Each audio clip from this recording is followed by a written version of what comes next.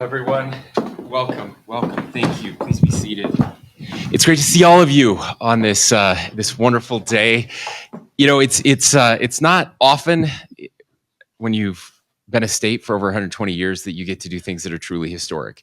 And today is one of those truly historic days. Now, I want to thank our legislative friends and partners who are here with us again on an incredible legislative session. I must admit, you passed a record number of bills. You know that. You didn't give me any extra time to review them and sign them, though. So tomorrow is the deadline. And it usually we, for good reason, again, because of timing, we do ceremonial bill signings after a few weeks to invite our media partners, to invite the public to come, and of course legislators to celebrate the good things that have happened. But I believe there are rare occasions when things are so momentous and so historic that we need to do a live signing to celebrate this on the date that these don't become law yet, but that we make them officially laws of the land. And when it comes to the tax cuts that were passed this session, this is one of those occasions. And so, Mr. President, Mr. Speaker, thank you for joining us. I know how busy you are. And again, to all the legislators who are here, who participated, and members of the public who advocated for these tax cuts, thank you for your work over that 45 days. I still haven't gotten my break, but it's coming. And I can't wait for this session to be over. But these are the times that I'm very excited, most excited about. I will point out that, and the speaker corrected me on this a while back, the largest tax cut in our state's history was $225 million, I believe, right around $225 million. First year as governor, we were able to pass and sign into law $100 million. Second year, $200 million. And this year, over $800 million. So 3 times the largest tax cut in our state's history. And it's not just in one area. It's in lots of different areas that will benefit every person in our state in some way. And we know that there are many that are struggling, that they're struggling to make ends meet. They will be helped by this. One of these tax cuts is really important that you voted on. We'll sign into law that the people of Utah actually have to vote on to make this happen next year, and that is the tax, removing the state tax on food. I just want to use this moment to encourage the people of Utah to vote to remove the sales tax on food. I think that this is good for, again, good for everyone, especially those who are struggling to make ends meet. And I'm very grateful for the work that has been done, that we will be able to get most of those tax cuts done today, and then just that last piece next year that's still hanging out there. So I've already talked more than I had planned, and more than I wanted to. So we're going to go ahead and jump into the signing of all of these bills. We have the original copy. I will not give that to you to take home with you. We got to make sure that gets to the right place. But we do have 2 ceremonial copies for the House and Senate sponsors of each bill. I will sign both of those as well, and make sure you get those copies to go with you. So we're going to start with and I'll read these off, and then we'll invite the legislators to come up. Anybody they've invited to come that they want to come up with them. Mr. Speaker, Mr. President, we'd love to have you here for all of those if you're willing to join us for a photograph. Okay, the first one we're going to do is House Bill 54, tax and fee revisions. Bill sponsor was Representative Ellison. The Senate sponsor was Senator McKay. This is the big income tax rate reduction from 4.85 to 4.65%. That's $300 million of ongoing tax cuts. Also expands the Social Security tax credit, $16 million ongoing. I believe that we got that to anybody making $75,000 or less will pay no Social Security tax, which is wonderful. This also gives mothers a double dependent exemption in the year that they birth. That's an additional $3.4 million.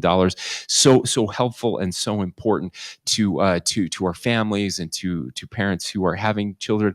We talk about being a pro-life state, and we believe in life. And I felt like if we're going to give a tax exemption for a child that is born, we should give a tax exemption for the unborn child as well. A little harder to navigate, so we said let's just give two for every birth. So you get two there, which will make a big difference. The bill further expands Utah earned income tax credit, an additional $1.2 million ongoing, removes the state portion of the sales tax on food as conditional on voter approval, as we mentioned, and removal of the income tax earmark, and that's an additional $211 million ongoing. So with that, please come and join us, and we'll move to that bill first. I don't know if Representative Elison is here.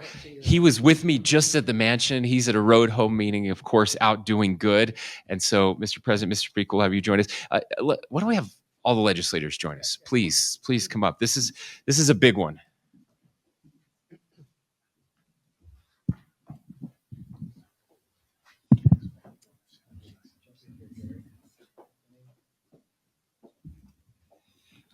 Okay, we'll go ahead and sign the actual bill first.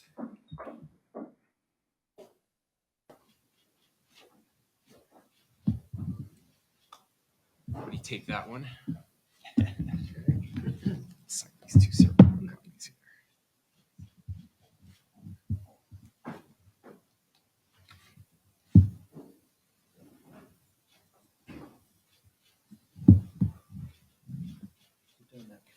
I have a few times, approximately 560. I think I've got a few left, but we're getting close. That's the one we're looking for. You have to sign them too, but we get more time. You do get more time to sign. All right, let's all, everybody smile here. We'll look right here in the middle. Excellent, thank you. That's a big tax round of applause.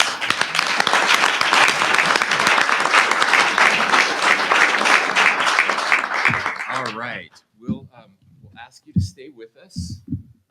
And next up, I guess I should use this so our friends in the media can hear. We'll get those to those guys. We see them again. All right, next up is HB 130. This is the adoption tax credit. Representative Shipp, who is here with us. Representative Shipp, thank you for your great work, and Senator Harper was the Senate sponsor as well. This provides a tax credit up to $3,500 for adoption expenses. It's refundable for lower income families. The non-refundable credit can also be carried forward for 3 years, increasing the likelihood that the full credit can be used by all of these families. Again, cost of the state is estimated at $2.5 million. Wonderful pro-family bill, and we're really excited to help offset the cost of adoptions, which can be very expensive for families. We have members of our family that have gone through the adoption process, and this is a win-win for families, children, and the state. And just honored to sign this bill. Congratulations.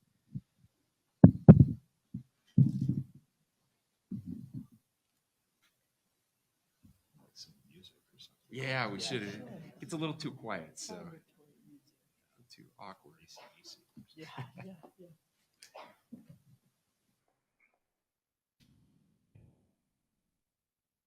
Oh, please, yeah. Anybody you want to come up for this, for the picture, have them come up. Anybody that's been invited, please join us.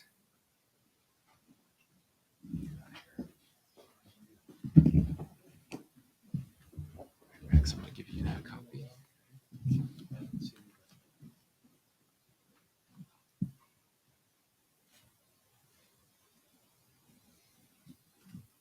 All right, Senator Harper, here's your copy. Congratulate you on, where are you? There you are, on passing the most bills. So all yours were good ones. So they were all good ones. You're most welcome. I'm not complaining about Glad yours. I could give your hands some exercise. All right, let's get a picture here. Okay. Excellent. Thank you. Let's give that one a round. Yes, a round of applause.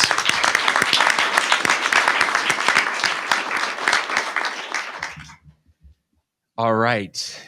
Next up, we have HB 151, which is Veteran Property Tax Revisions. The bill sponsor was Representative Lisenby. The Senate sponsor was Senator Buxton.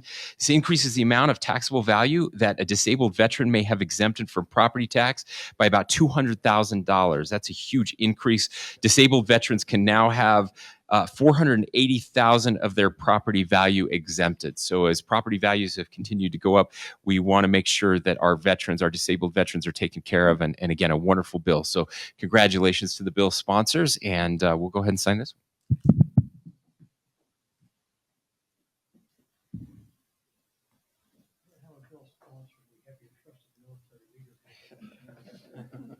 We're excited about that one. Thank you for joining us.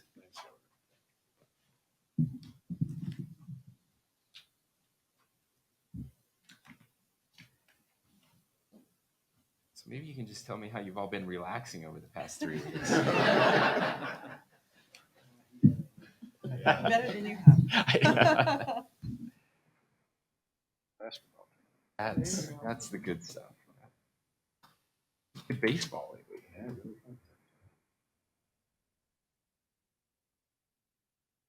Okay. All right. Big smiles, everyone.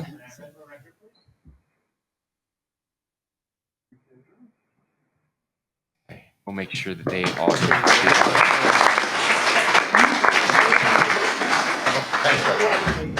Thank you. Okay, I think we're getting there. We only have 3 left. Next up, we have HB 170, Child Tax Credit Revisions. Representative Pulsifer worked very hard on this one. Representative, thank you for your good work. Senator McKay, the Senate sponsor, is not with us today.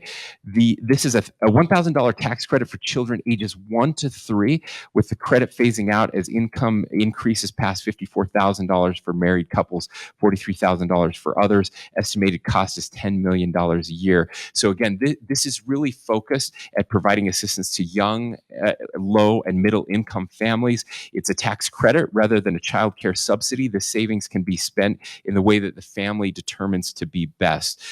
Age 0 children are excluded because this group will get the benefit from the double exemption on the other tax cut that we just signed. So that's why the 1 to 3, and again, really focusing on our families is so important. And Representative Schultz is now with us. Get up here, Representative Schultz. Amy, would you mind joining us? I know you worked really hard on this one. Sophia as well, please. Yes, both of you.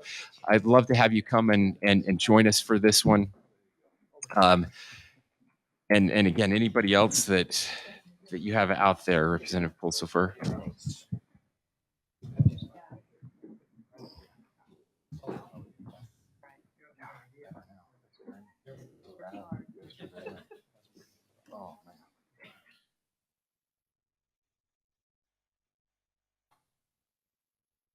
Senator Stevenson is just happy that we're not bugging him about this one anymore. So it's a good one.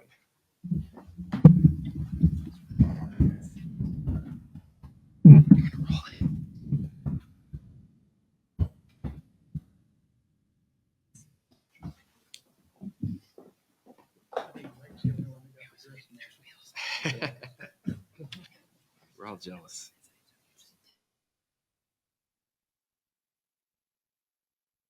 All right. That is yours. And the picture here together.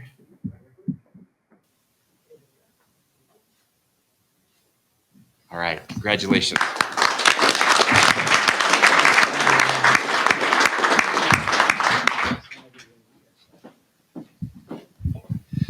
Okay. 2 left. Glad you're here, Representative Schultz. Thanks for joining us. Because next up, No, you're good. Next up, we have HB 301, Transportation Tax Amendments. The bill sponsor was Representative Schultz. The floor sponsor was Senator Harper. This reduces the fuel tax rate by 2 cents beginning in July of 2023. That has a more gradual increase than the current trajectory, so we're slowing that increase. It also increases the cap from about 40 cents to 42 cents per gallon, which is estimated to be reached in fiscal year 28. To offset the decrease, again, we're working with registration fees as well, and this is helping us get that balance. We know that that we need to lower the cost of fuel in the state, but also make sure that the newer vehicles are paying their fair share of the road usage that is happening out there. And this is why Utah is routinely awarded as the best managed state in the nation. It's bills like this, a little bit wonky, but we're always trying to make it better and get those pieces right. And you did that in this bill. So really proud, putting us on a trajectory in the future that is much more sustainable than the trajectory we were on before.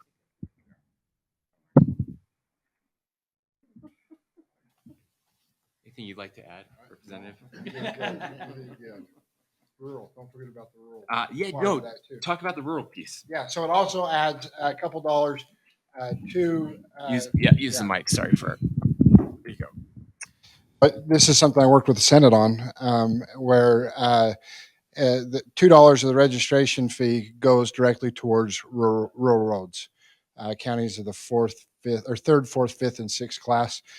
They have a lot of lane miles on their dirt roads and the roads throughout their county, and they don't have the tax base to pay for those roads. And so while it netted out to be a $25 million tax cut, rural Utah will see an increase in their B&C road funds to help pay for some of their road usage. So that's right. And I didn't tell Representative Schultz this because I wanted the bill to pass, but this was one of my campaign promises to rural Utah. So I'm glad I didn't forget about it. There's your copy. It is ongoing money. No, I know. Yeah. Trust me, when you visit all 248 cities and towns, you realize we need more money for roads in rural Utah. And we've been pushing hard, and you were able to get it done this year. So congratulations. Let's grab a picture. Excellent. Congratulations.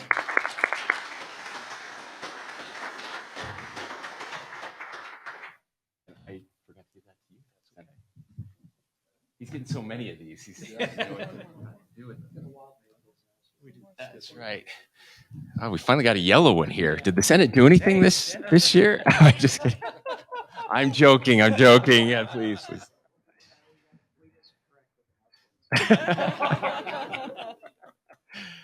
All right, and this one is SB 288, which is the Utility Bill Assistance Program. Senator Ibsen, Representative Spendlove. This bill provides over $12 million for utility bill credits for low-income households. A huge deal, again, with the rising cost of living in our country right now. We've got to do more to help those that are struggling, and this does that. We know with utility prices have spiked, and we desperately want to help those families as well. So the Senate sponsor was Senator Ibsen, I mentioned, and Representative Spendlove was the floor sponsor. Sophia, you worked really hard on this one. Do you want to come join us as well? Is that okay if I ask her to join us? All right. And I think I've already signed this one, so these are just ceremonial copies.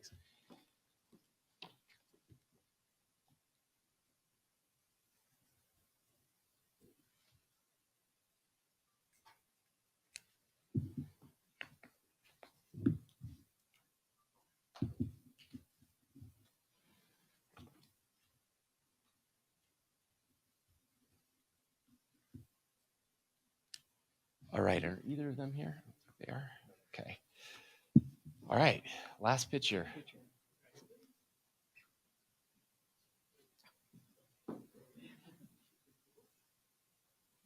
Okay, don't leave, everyone. Stay here. As much as I like to take credit for the good work that you guys do, I also take a lot of blame for the bad work you do. I will tell you, but I do want to give a chance. I think it's important to hear from leadership. So, Mr. President, Mr. Speaker, I'm going to give you the mic, and I'd love to give you our final words today. What an honor it is to be here. But we've done some great things in Utah, and we talk about, Governor, you talked about when we first came into office. We've said 2023 was going to be the year of the tax cut again and again and again. And we have been able to do great things. And one of the things we do is to be able to cut taxes. But behind each one of these tax cuts is a record effort in spending. It's pretty amazing that you're able to cut taxes. A lot of states do that, and a lot of legislators do that. But to be able to fund services, record spending for education, record spending for infrastructure, record spending for housing, record spending for almost everything, to be able to provide the services that the state needs, but be able to cut taxes. What a great honor it is to be able to serve with so many great people who do that, the great citizens of the state of Utah. So a great day for tax cuts, but don't forget the fact that we were able to fund services like we never have before in the history of the state. So thank you. Well, Governor, thank you for doing this today. We appreciate you. Many of us have been here a good long time, and I don't think there's ever been a session where there was better communication and coordination between the executive branch and the legislative branch on especially as many big policies. And that's a credit to you and your team. So thank you a great deal. As a state, it would have been really easy for us to keep all this growth in revenue. There's plenty of things we could have found to put the money into. But our businesses here are incredibly productive. Personal incomes here are growing faster than almost anywhere in the country. And I think all of us believe that the reward for that incredibly hard work from the citizens of the state of Utah would be to let them keep more of their own hard-earned money in their own pockets and choose how to spend it on things that mattered to them, not in government coffers where it would be.